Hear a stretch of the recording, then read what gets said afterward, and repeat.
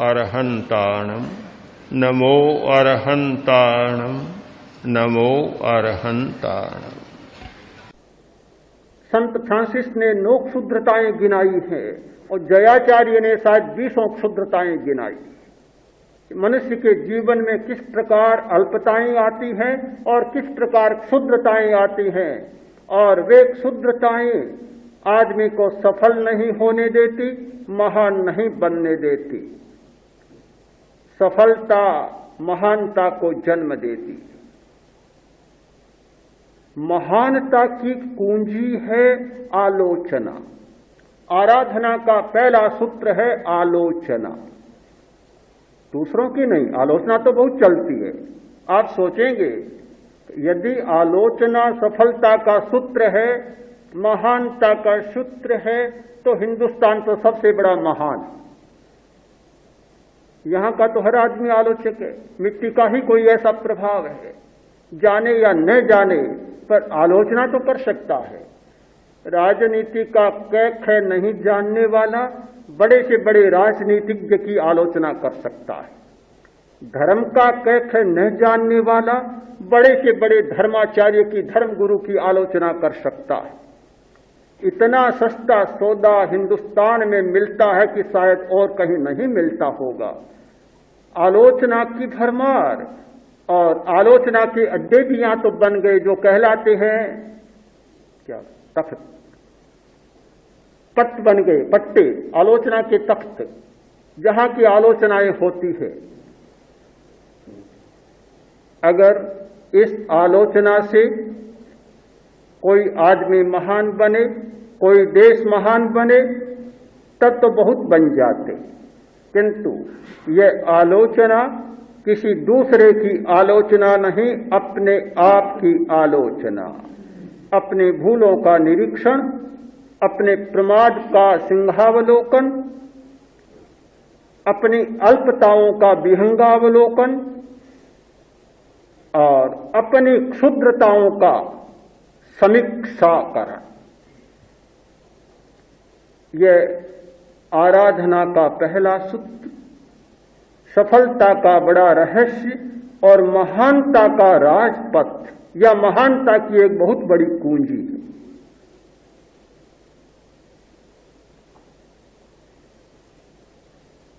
अपने आप को देखना, अपनी आलोचना करना बहुत कठिन बात है। जब तक इसका हमें अनुभव नहीं होता, तब तक ऐसा कभी संभव नहीं है। एक राजा जल यात्रा कर रहा था, साथ में पूरा स्टाफ था, मंत्री थे, कर्मचारी थे, सिपाही थे, सब साथ में।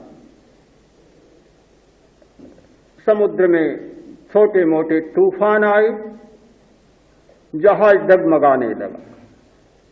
जब जब जहाज डगमगाता है, एक पुलिस का सिपाही रोने लग जाता है, बार बार रोता है, सबकी शांति को भंग करता है।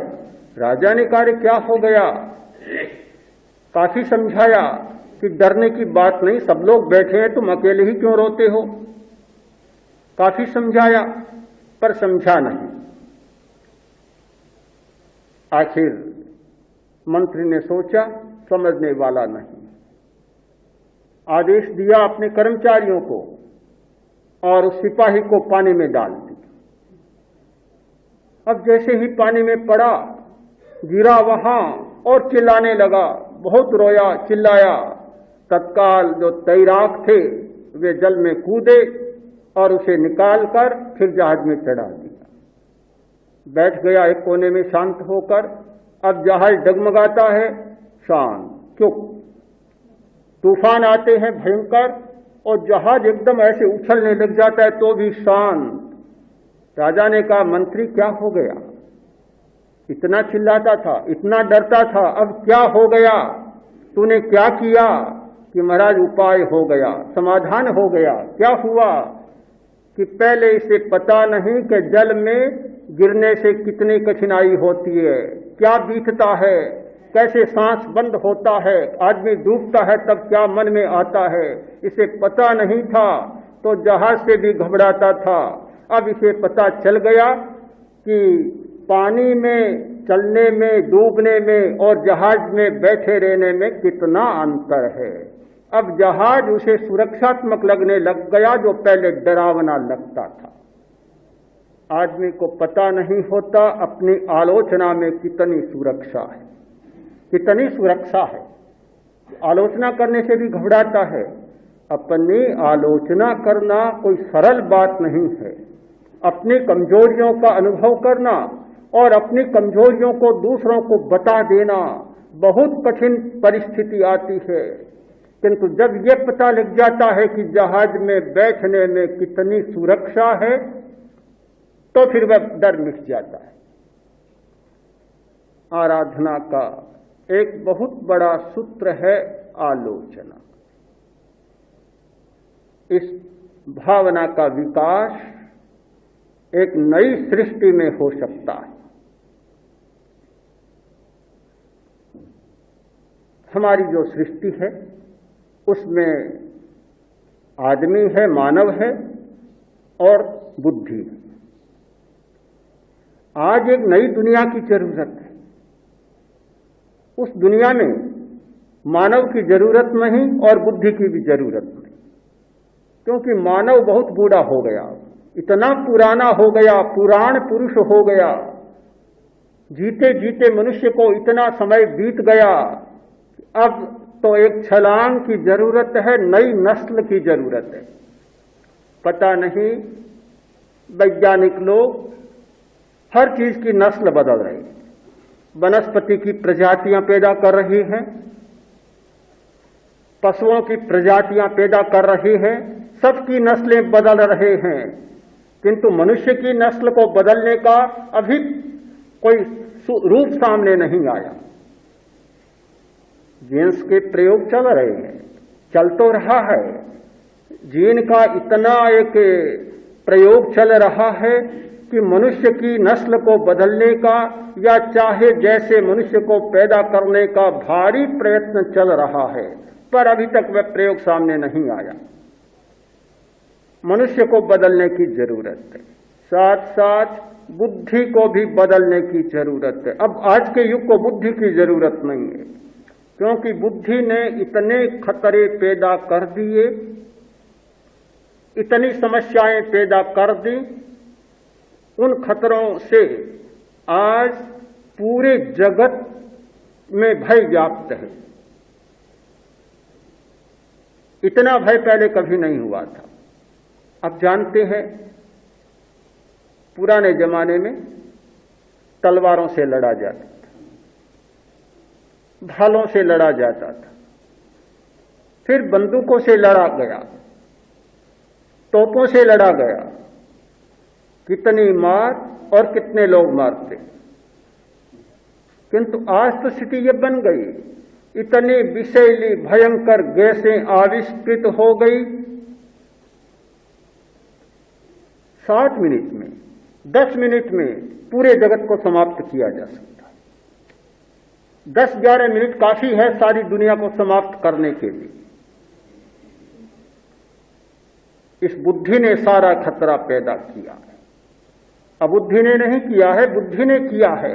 तो इन सारे खतरों को देखते हुए आज 2 बातों की जरूरत है कि मानव के स्थान पर अति मानव की सृष्टि हो, बुद्धि के स्थान पर प्रज्ञा का सृजन हो। आज प्रज्ञा की जरूरत है और अति मानव की, अति मानव और अति चेतना की आवश्यकता है। अति मानव का अवतरण और अति चेतना का अवतरण वह हो सकता है आराधना के द्वारा। केवल आराधना के द्वारा। लोग जानना चाहते हैं कि यह आराधना फिर क्या है। आराधना कोई नई बात नहीं, कोई धर्म के क्षेत्र की भी बात नहीं। हर क्षेत्र में आराधना की जरूरत होती।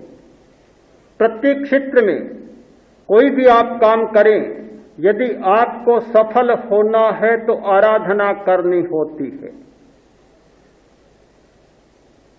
आज की समस्याओं के पीछे विराधना बढ़ गई, इसलिए समस्याओं का जाल अनंत हो गया, अंत भी नहीं आ रहा है। इसका कारण कि विराधना और विराधना। आचार्यवर ने कल कहा था कि कोई आदमी विराधक होना नहीं चाहता, विराधना नहीं चाहता, किंतु आज की दुनिया में तो शायद विराधक तो होने वालों की भी कमी नहीं होगी। आराधना के 5 सूत्र हैं। ज्ञान की आराधना, दर्शन की आराधना, चारित्र की आराधना, तप की आराधना और वीर्य की आराधना। एक और मेरे सामने धर्म का क्षेत्र, दूसरी ओर समाज या राजनीति का क्षेत्र।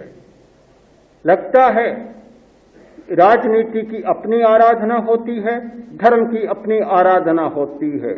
जैसा लक्ष्य, जैसा साधन, वैसी आराधना। तीनों चीजें साथ में होती है, एक साध्य, दूसरा साधन और तीसरी उसकी पूर्ति की प्रक्रिया, यानी साधना या आराधना।